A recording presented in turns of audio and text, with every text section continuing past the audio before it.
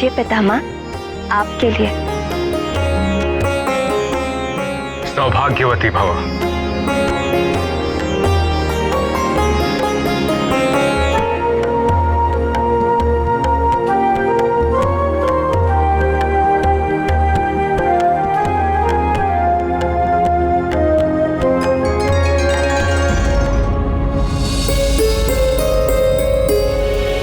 वानरराज, युवराज कहाँ है? यही तो है, अभी तो लिटाया मैंने।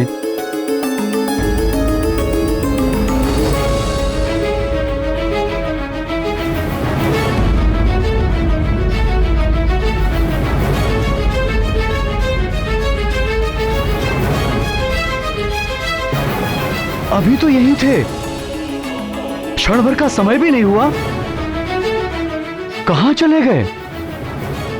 किसी ने मेरे लाल को देखा क्या? कहां जा सकता है? किसी ने तो लिया होगा, अदृश्य तो नहीं हो सकता। देखिए कहीं पलंग से नीचे तो नहीं गिर गया।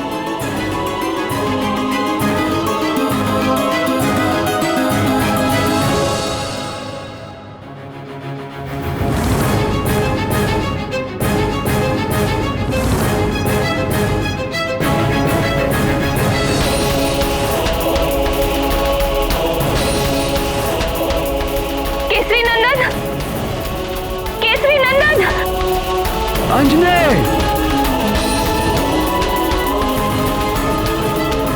अंजने!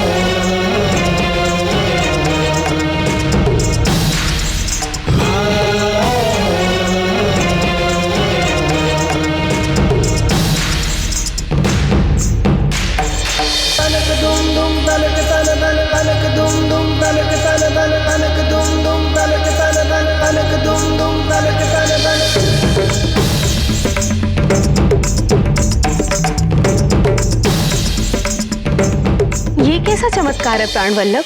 2 दिनों के हनुमान लल्ला घुटनों पर चलने लगे, इसमें आश्चर्य कैसा? हमारे श्याम सुंदर ने भी जन्म से 6वें दिन ही राक्षसी पूतना के प्राण खींच लिए थे। आंखें जो देखती हैं और जिसे सत्य मानती हैं, वो अधिकतर एक भ्रम होता है। सर्वव्यापी भगवान शंकर अपनी 8 मूर्तियों के रूप में इस जगत के हर तत्व में वास करते हैं।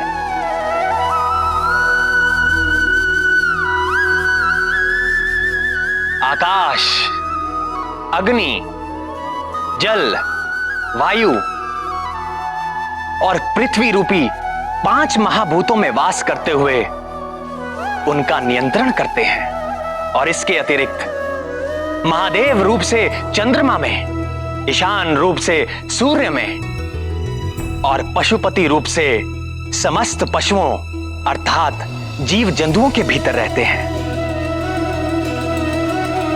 सूक्ष्म से सूक्ष्म कीटाणु से लेकर सारे पशु, पक्षी, मनुष्य, देवता, इन सब की आत्मा में पशुपति उपस्थित है। ईशावास्यमिदं सर्व यत्किंच जगत्याम जगत। इस जगत में जो कुछ भी है सब में महेश्वर का वास है। इन 8 रूपों में से जो सर्वव्यापी वायु है, इस ब्रह्मांड में सभी जीवों की सारी शक्ति का कारण प्राण रूपी वायु ही है। और जब ये शक्ति एक रूप ले लेती है तो वो और कोई नहीं, स्वयं हनुमान ही है।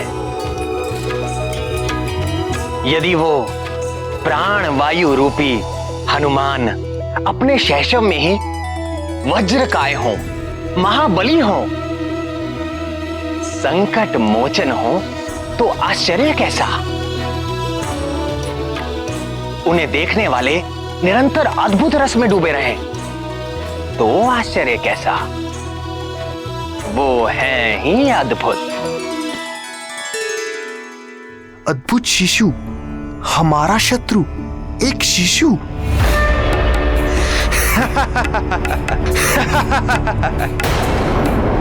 वाली भैया, मुझे आपसे ये आशा नहीं थी। अब आप शिशुओं से भी प्रतियोगिता करने लगे। ये कोई हंसने की बात नहीं है सुग्रीव। वो मरकट कोई साधारण शिशु नहीं है।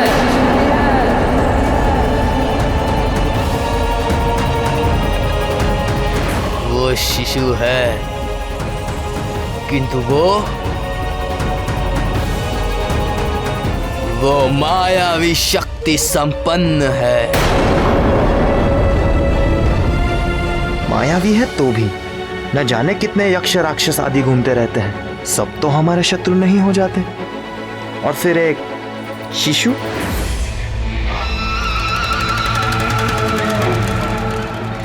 तुम समझते क्यों नहीं सुग्रीव? तुम मुझ महानतम के निर्णय पर संदेह कर रहे हो। तुम्हें क्या लगता है मैं महानतम अकारण किसी अजन्मे शिशु के प्राण लेने का प्रयत्न करूंगा? नहीं वाली भैया, मेरे कहने का ये अर्थ नहीं है।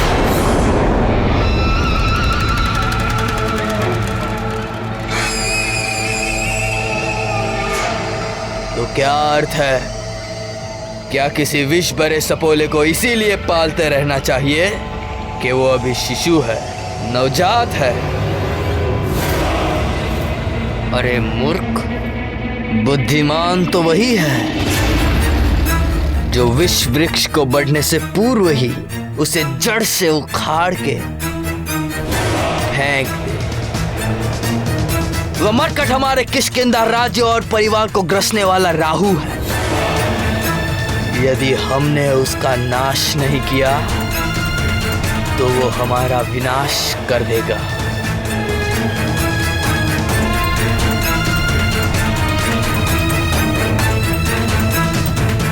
किंतु आप ये सब कैसे जानते हैं?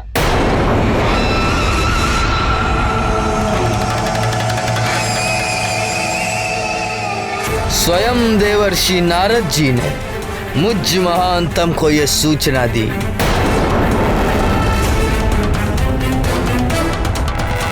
यदि ऐसा है तो भैया मैं भी आपके साथ हूं।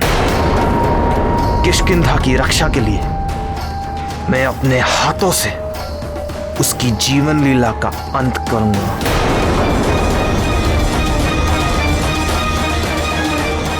आप जब कहें तब मैं चलने के लिए प्रस्तुत हूं। कब चलना है? कल भोर में ही।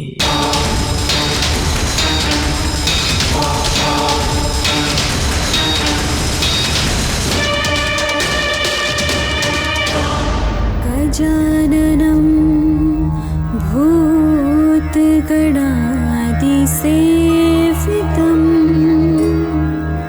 गजाननं भूतगणादिसेवितं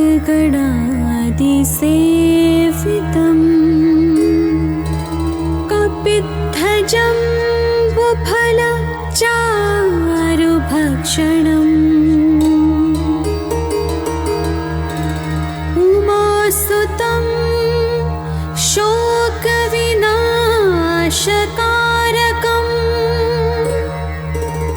नमामि विघ्नेश्वर पादपङ्कजम्।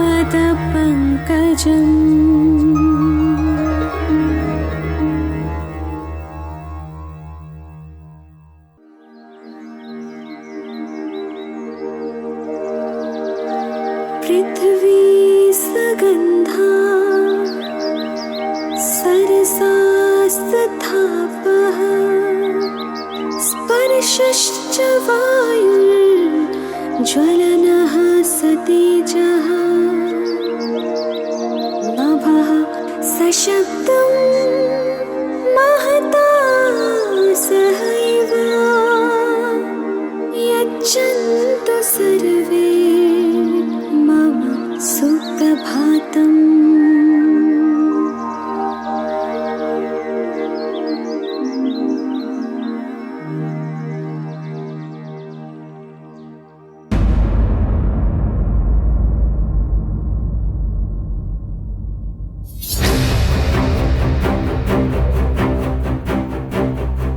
सोच कह रहे हो भैया, किधर चलता है? अरे बुद्धिहीन, यदि किसी सैनिक ने हमें देख लिया तो पकड़े गए तो बंधक बना के रख लिए जाएंगे, और पहचाने गए तो? भैया मैं सोच रहा था सोचने का काम तुम मत करो सुग्रीव, वो तुम मुझ महानतम के लिए छोड़ दो। तुम केवल मेरी आज्ञा का पालन करो, समझे? जी भैया। भैया मेरे मन में एक विचार।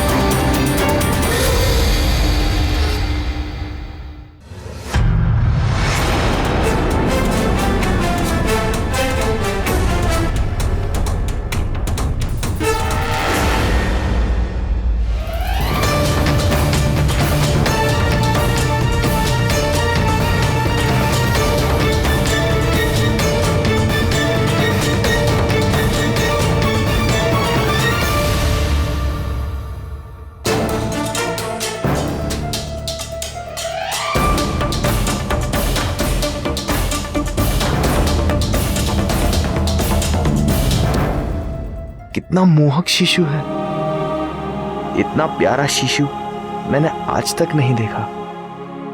प्यारा शिशु?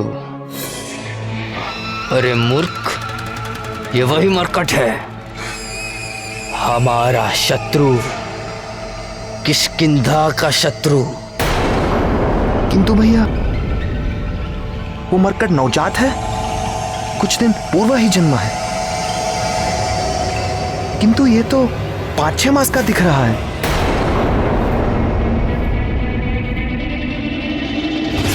ये तो सचमुच 6 मास जितना बड़ा है, किंतु ये कैसे संभव है? इसके जन्मे तो 5 दिन भी पूरे नहीं हुए।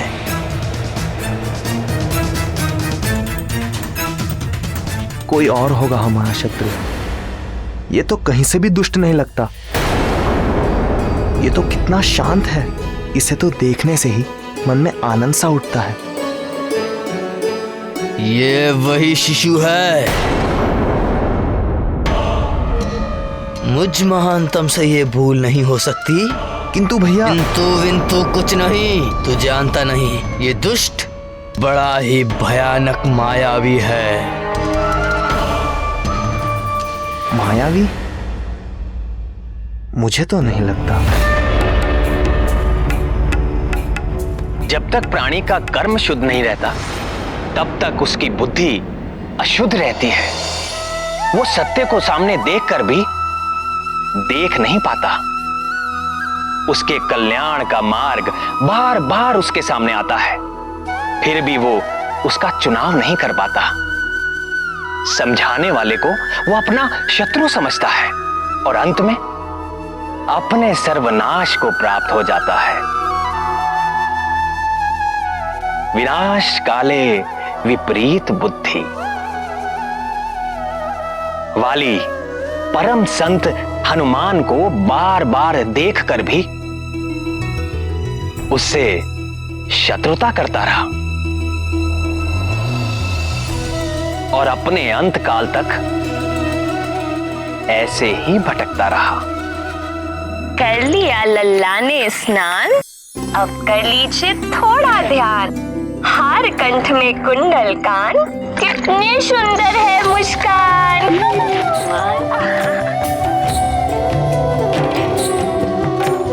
महारानी जी, आप कुछ खा लीजिए। जब तक युवराज का अन्नप्राशन नहीं हो जाता तो उनके लिए भी आपको ही खाना होगा ना। अरे हाँ, फिर तो हमें बहुत सारा खाना होगा। क्यों केसरी नंदन? लीजिए महारानी जी, खा लीजिए।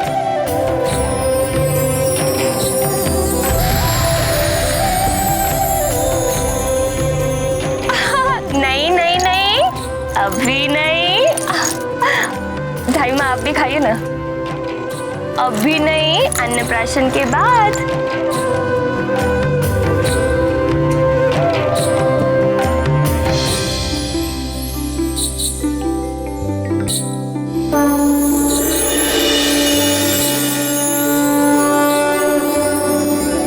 भैया, ये तो घुटनों के बल चल रहा है और आप कह रहे हैं कि 6 दिन का भी नहीं है।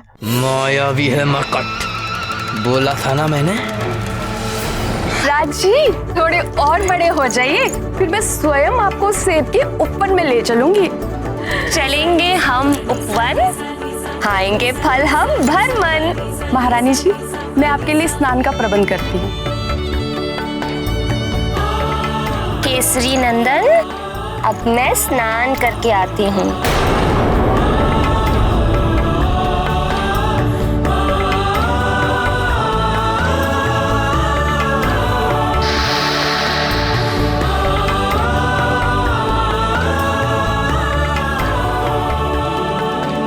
अब माँ जा रही है करने स्नान और आप कीजिए कुछ क्षण आराम। चलो चलो, लेट जाओ।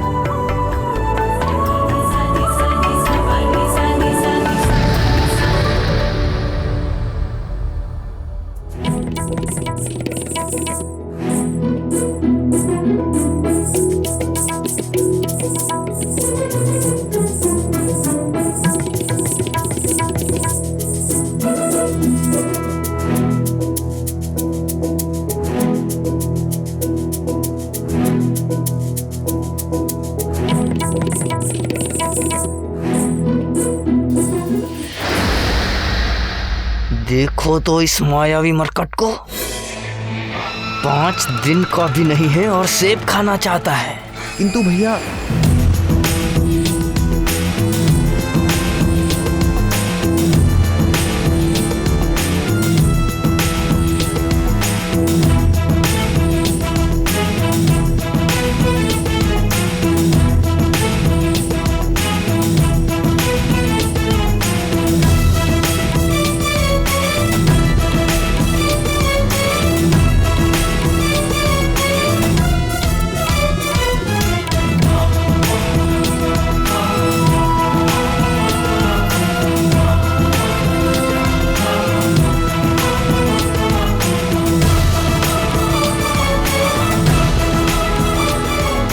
महादेव, भैया ये तो खड़ा भी हो गया।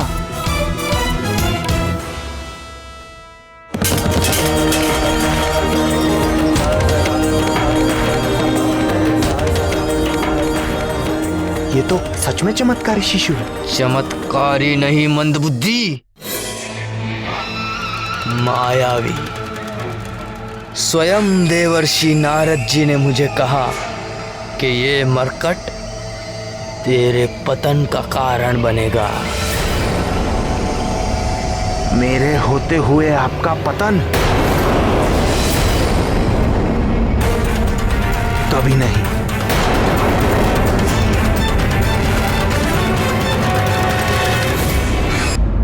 स्वयं देवर्षि नारद जी ने मुझे कहा कि ये मरकट तेरे पतन का कारण बनेगा। मेरे होते हुए आपका पतन कभी नहीं।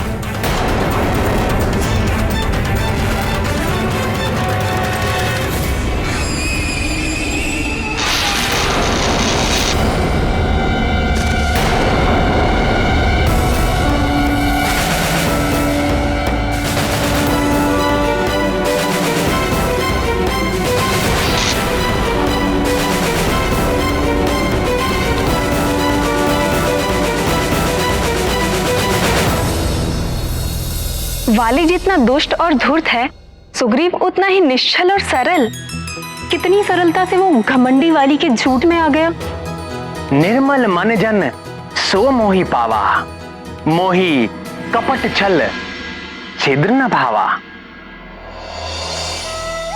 सरल व्यक्ति जैसा स्वयं है वैसा ही संसार को देखता है।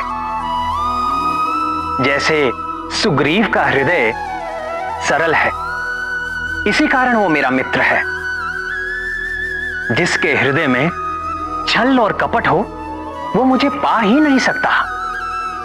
कपट करने वाला सोचता है कि वो सबको मूर्ख बनाकर अपना स्वार्थ सिद्ध कर रहा है, किंतु अंत में वो अपनी ही हानि कर बैठता है। जैसे देखो, आज वानर राज सुग्रीव की देवता तक प्रशंसा करते हैं, जबकि वाली अपने कर्मों के कारण हर लोक में निंदा का पात्र है।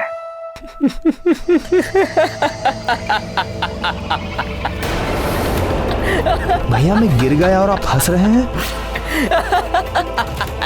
क्योंकि मैं भी तुमसे पूर्व इसी तरह गिर चुका हूं, ठीक वहीं से।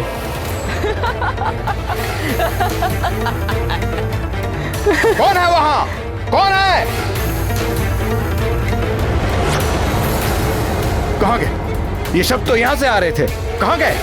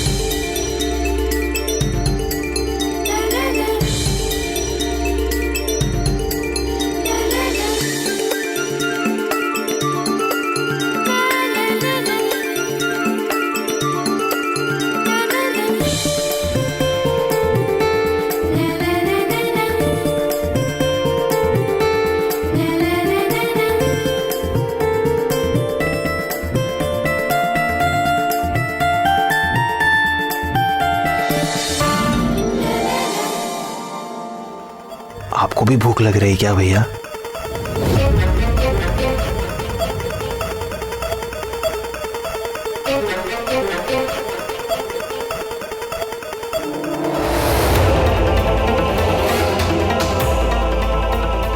आपने मेरे प्रश्न का उत्तर नहीं दिया भैया।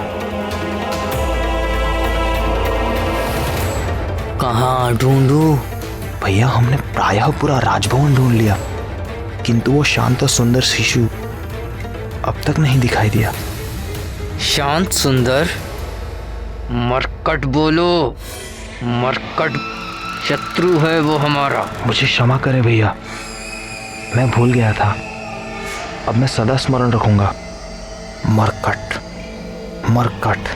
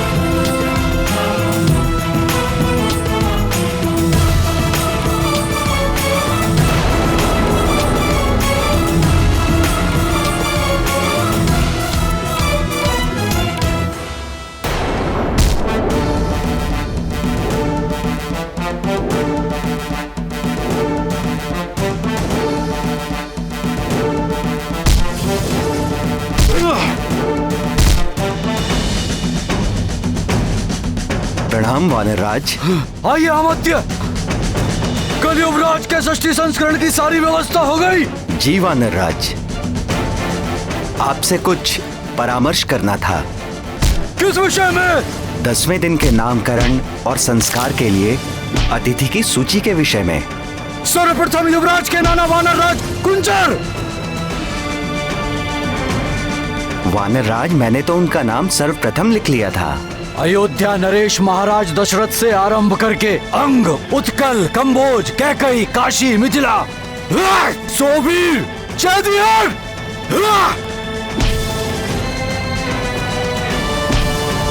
सात सभी मित्र राज्यों को निमंत्रण दे। मलय, माल्यवान, मैनक और मध्यांचल के भी शासकों को निमंत्रण भेजिए।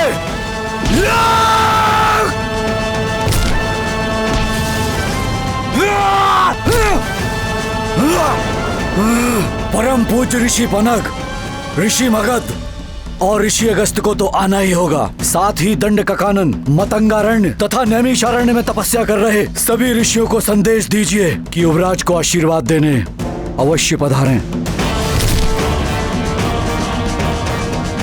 और हमारे सीमावर्ती किष्किंधा के राजा ऋक्षराज और उनके पुत्र वाली और सुग्रीव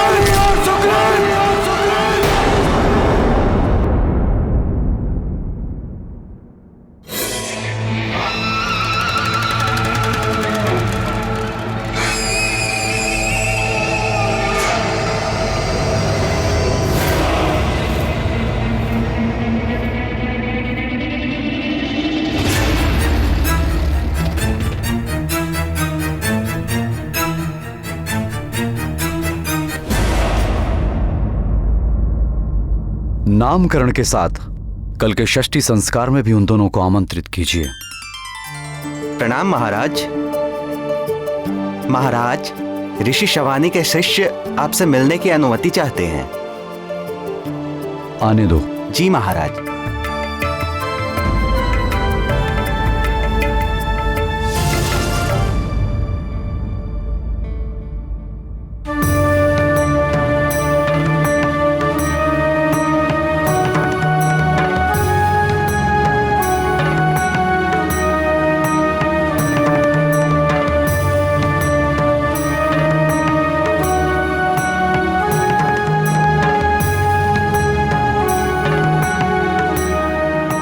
प्रणाम महाराज। प्रणाम तपस्वी। हम दंडकारण्य से आपको कुछ सौंपने आए।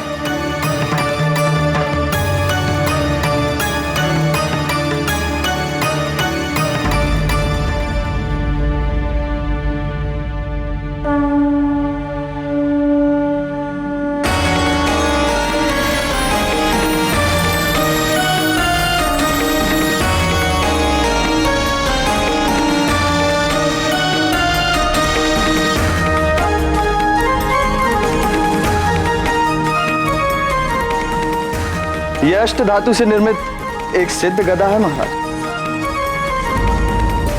हमारे गुरु के गुरु ने यह गदा तपस्या करके स्वयं दिव्य शक्तियों से प्राप्त की थी महाराज। किस प्रयोजन से? और एक तपस्वी का गदा से क्या कार्य? राक्षसों से संघर्ष करने के लिए हमारे गुरु के गुरु ने क्षत्रिय कुल में जन्म लिया था महाराज। किंतु कालांतर में उन्होंने हिंसा का त्याग करके अहिंसा का व्रत धारण किया था महाराज। उनके देहावसान के पश्चात यह गदा हमारे गुरु ऋषि सावर्णी की सुरक्षा में थी। सुरक्षा में? जी। वे अपने गुरु की आज्ञा अनुसार इस गदा के अधिकारी के जन्म लेने की प्रतीक्षा कर रहे थे। किंतु 2 सप्ताह पूर्व उन्होंने भी देह त्याग दी। अपने देहांत के पूर्व उन्होंने कहा था कि यदि यह गदा आश्रम में रही तो किसी राक्षसी शक्ति में पड़ जाने का संकट हो सकता है। अतः उनके आदेश पर ही हम यह सिद्ध गदा आपको सौंपने आए हैं। किंतु मुझे ही क्यों? उन्होंने कहा था कि शम्भ साधन नामक राक्षस के वध के पश्चात आप ही इस गदा के योग्य अधिकारी हैं। अच्छा, जो इसके वास्तविक अधिकारी हैं वो कौन है? मैंने भी उनसे यही प्रश्न पूछा था। तो उन्होंने क्या उत्तर दिया? समय आने पर इस गदा का वास्तविक अधिकारी स्वयं आपसे यह गदा मांग लेगा महाराज, और आप ये गदा उसे सहर्ष दे भी देंगे। ऋषियों की बातें सदा समझ में नहीं आती, किंतु समय बीतने पर हर रहस्य खुल ही जाता है।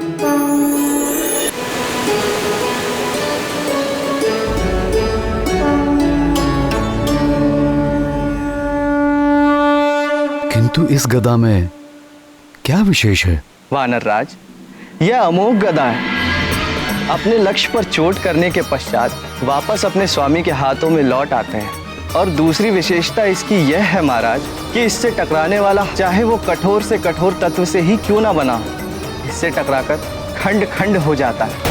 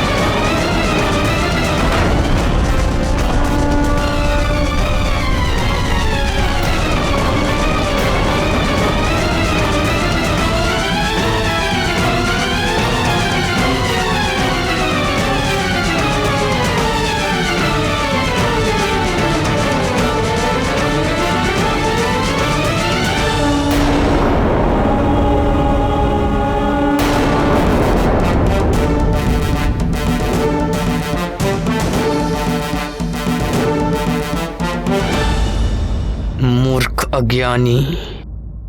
अब मैंने क्या किया भैया? मैं तो कब से यहाँ पे चुपचाप खड़ा हूँ। तुम नहीं, ये तपस्वी इतना भी नहीं जानता कि इस गदा का योग्य अधिकारी कौन है। कौन है भैया? कौन है? मैं महानतम। और कौन? वो तो आप हैं भैया। ये गदा तो किष्किंधा में होनी चाहिए। मेरे पास मुझ महानतम के हाथ में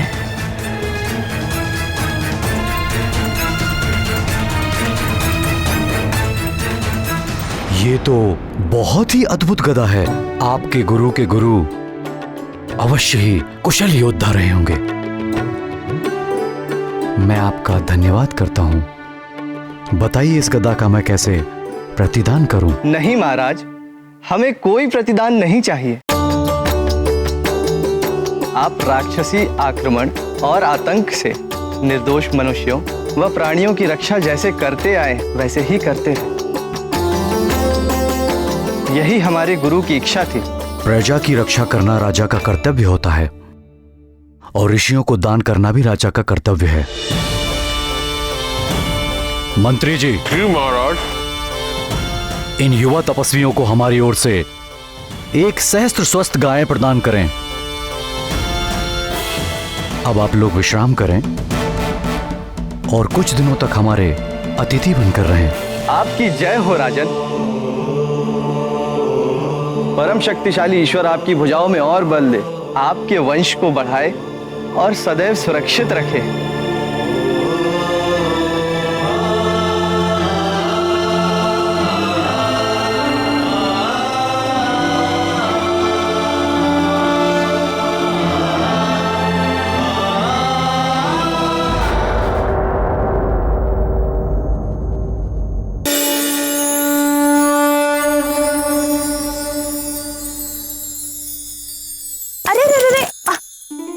अभी नहीं बेटा, अन्नप्राशन के पश्चात। आ जाओ।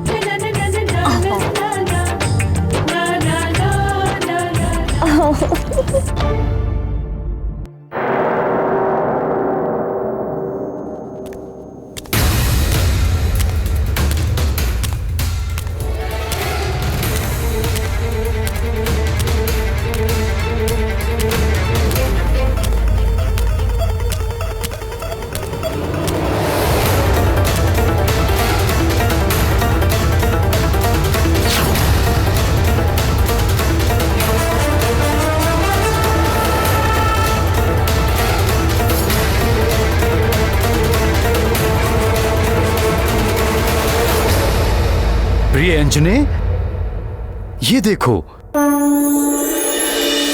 क्या पहना? मेरा नया गदा।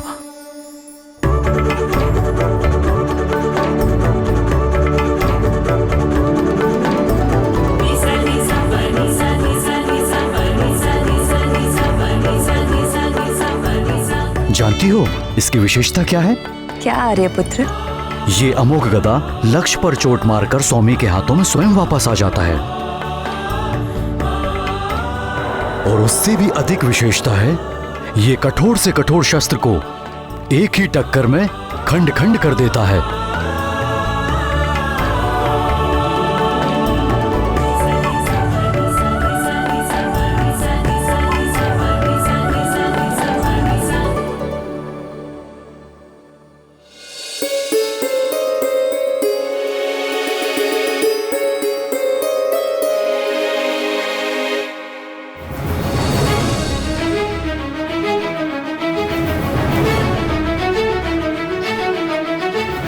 ये सब किसने किया प्रिय? न जाने किसने किया। मेरे कक्ष से जाने के पूर्व तो ये सब सेब वहां पेट पर पड़े हुए थे। आपके जाने के पूर्व कोई कक्ष में आया था क्या? नहीं, कोई भी नहीं। सिर्फ आपके ये पुत्र ही थे। किंतु हमारे पुत्र तो कुल 5 दिन के हैं। वो यहाँ तक कैसे पहुँच पाएंगे? वो तो अभी खड़े भी नहीं हो सकते।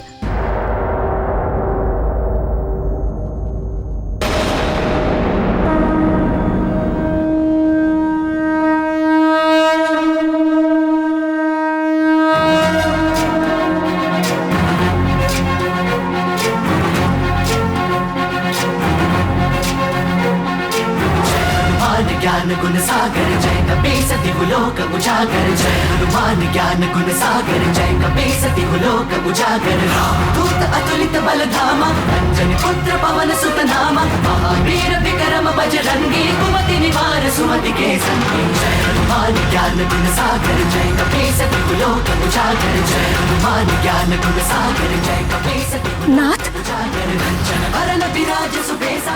ये देखिए, कुंचित केसा हाथ वज्र और ध्वजा विराजय कांधे मूंज जनेऊ साजय जय हनुमान ज्ञान गुण सागर जय कपीसति लोक उजागर जय हनुमान ज्ञान गुण सागर जय कपीसति लोक उजागर जय।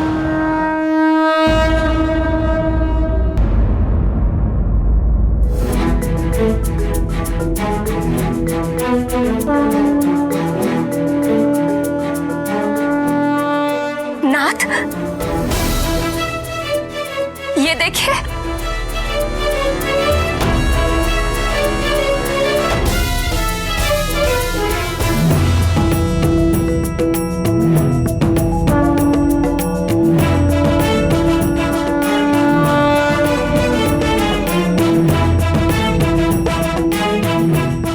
सर्वप्रथम भार में वृद्धि और अब खड़े भी होने लगे, वो भी अपने आप, बिना किसी की सहायता के। केवल 5 दिन में इतना विकास? एक ओर मुझे प्रसन्नता हो रही है तो दूसरी ओर चिंता। चिंता की तो कोई बात नहीं। तो हमारा पुत्र सच में? कुछ मत कहिए, माता पिता की भी दृष्टि लग जाती है। विलक्षण है।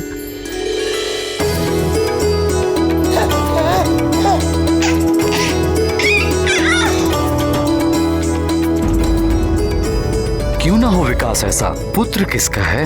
अब आप समझे मैं सदा इसे केसरी नंदन क्यों कहती हूँ? मेरा तो है ही। दीन वत्सल भगवान भोलेनाथ शंकर का भी पुत्र है। उन्हीं के आशीर्वाद से तो ये पुत्र हमें प्राप्त हुआ है। हे भोले बाबा, अपने पुत्र पर अपनी कृपा सदा बनाए रखना।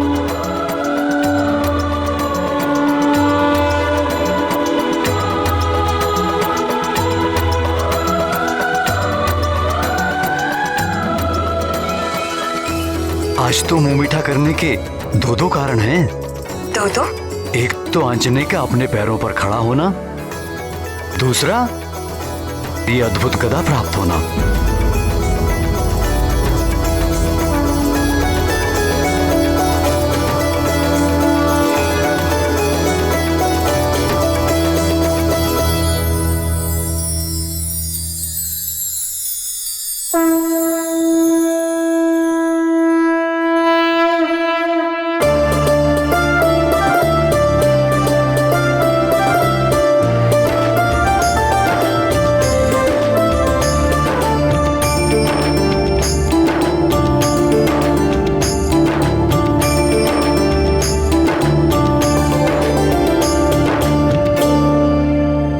मैंने सुना था कि पुरुष कभी बड़े नहीं होते, सदा बालक बने रहते हैं। आज साक्षात देख भी लिया।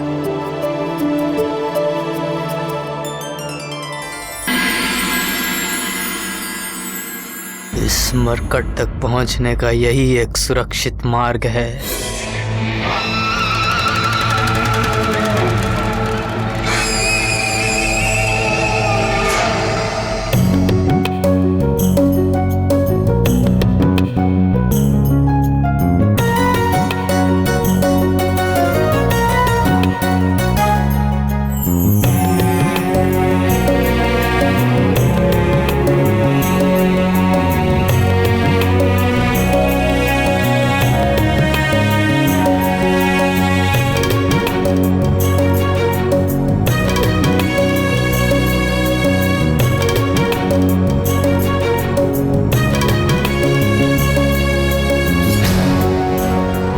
अरे वाह, गदा चाहिए? पक्के योद्धा के लक्षण हैं। किंतु अभी आप छोटे हो युवराज, थोड़े बड़े हो जाओ, फिर जितने कहोगे उतने गदा ला देंगे। अच्छा, ये गदा? आप कहोगे तो ये गदा भी आपको दे देंगे, किंतु उससे पहले आपको हमारी तरह बलशाली होना होगा। व्यायाम करके, खा पी के। खाने से याद आया, हमें बड़ी प्रबल भूख लगी है। हम अभी आते हैं। हाँ?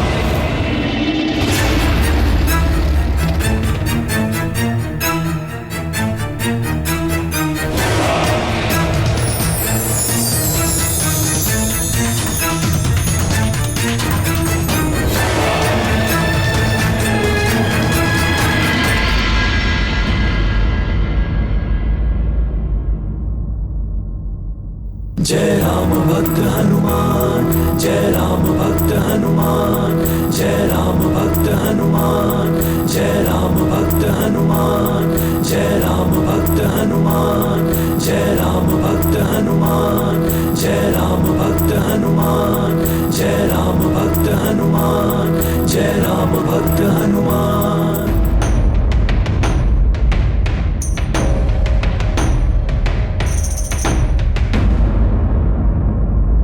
जय राम भक्त हनुमान, जय राम भक्त हनुमान, जय राम भक्त हनुमान, जय राम भक्त हनुमान, जय राम भक्त हनुमान, जय राम भक्त हनुमान, जय राम भक्त हनुमान। निश्चल प्रेम की वो मुस्कान दिए सुग्रीव को बाल हनुमान। भागत भगत को गया जान, बैर भाव भया अंतर्धान। बाल रूप के हनुमत देवा फिर सचिव रूप में करेंगे सेवा, मुक्ति दिलाए जन्म मरण से, सुग्रीव मिलाए श्री राम चरण से। हनुमान और सुग्रीव की ये प्रथम भेंट बड़ी ही विचित्र रही। वाली लाया तो था उन्हें हनुमान लला को मारने के लिए, किंतु हनुमान के दिव्य आकर्षण से ऐसा प्रभाव पड़ा कि कुछ क्षण के लिए वाली द्वारा भरे हुए सारे द्वेषों से सुग्रीव मुक्त हो गए। जय राम भक्त हनुमान, जय राम भक्त हनुमान, जय राम भक्त हनुमान। सुग्रीव को अपने षड्यंत्र में मिलाने के लिए वाली को कितना कपट और धूर्तता करनी पड़ी, और हनुमान लला ने उसी सुग्रीव को एक मोहिनी मुस्कान से ही अपने निर्मल प्रेम के वश में कर लिया।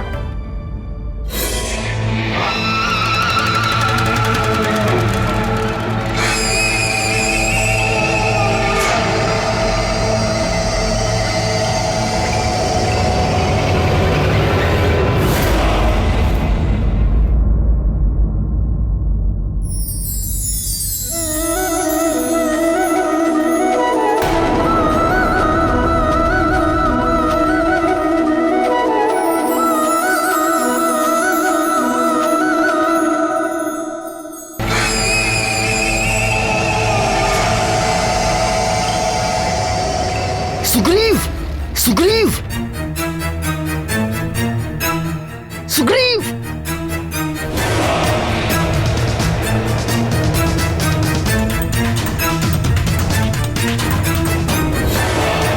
सुग्रीव, सुग्रीव। अब इस मरकट को गोद में उठाकर मूर्ति की तरह क्या खड़े हो? काम हो गया, चलो।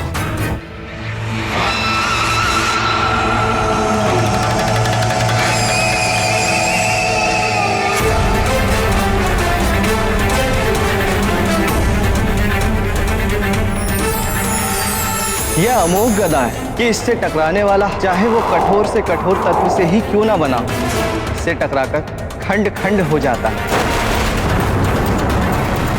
अपने लक्ष्य पर चोट करने के पश्चात वापस अपने स्वामी के हाथों में लौट आते हैं। क्या कर रहे हो भैया?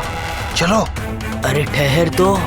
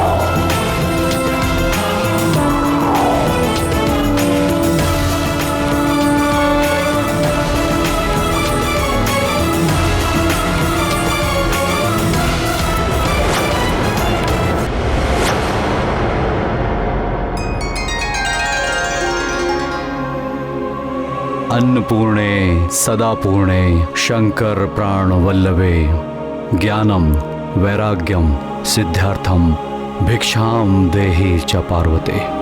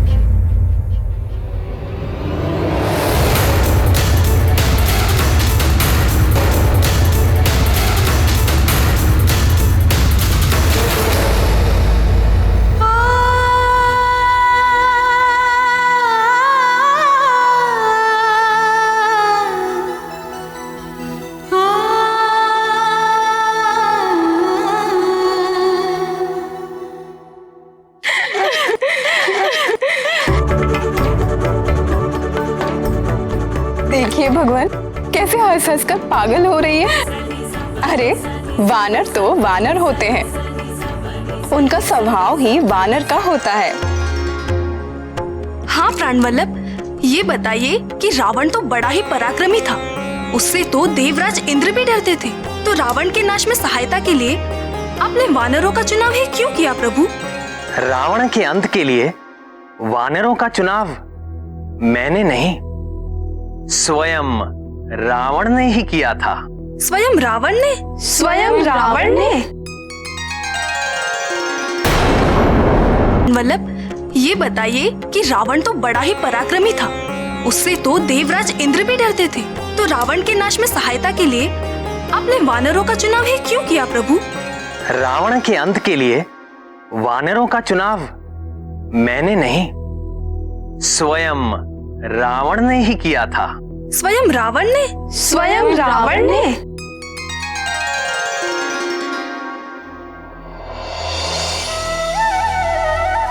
सृष्टिकर्ता ब्रह्मा जी से वरदान मिल जाने के पश्चात दुर्बुद्धि रावण स्वयं को अजय समझने लगा और राक्षस राज की स्थापना के लिए सर्वप्रथम उसने राजधानी के रूप में लंका नगरी का चुनाव किया, जो रावण के सौतेले भाई कुबेर के अधिकार में थी। उसे निकाल करके दशानन ने स्वर्ण नगरी लंका पर अपना वर्चस्व स्थापित कर लिया।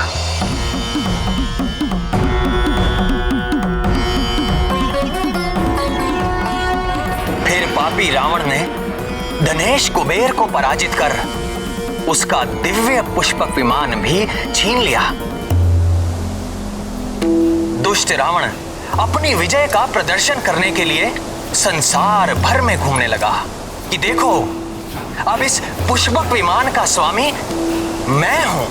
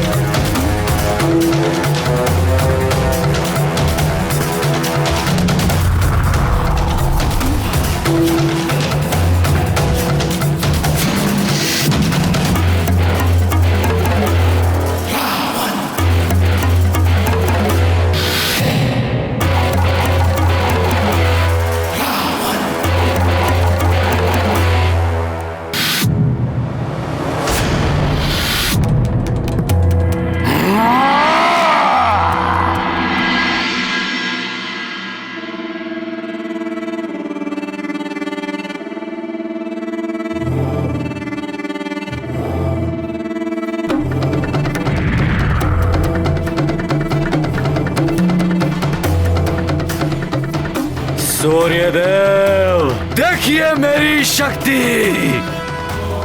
ये दिव्य पुष्पक विमान भी अब मेरी इच्छा का दास है, जो आपके प्रकाश के मार्ग को रोक कर खड़ा है। और हमारे पीछे पूरा पृथ्वी लोक गहरे अंधकार में डूब चुका है। यदि आप में सामर्थ्य हो तो मेरी चुनौती स्वीकार कीजिए। आप अपनी शक्ति लगाइए, मैं अपनी शक्ति लगाता हूं।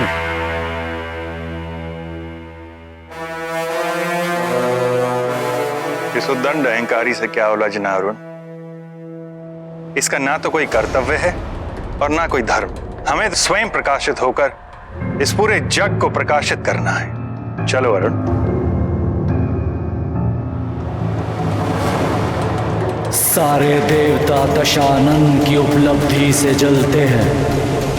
एक दिन इन सबको मेरी शक्ति को मानना पड़ेगा।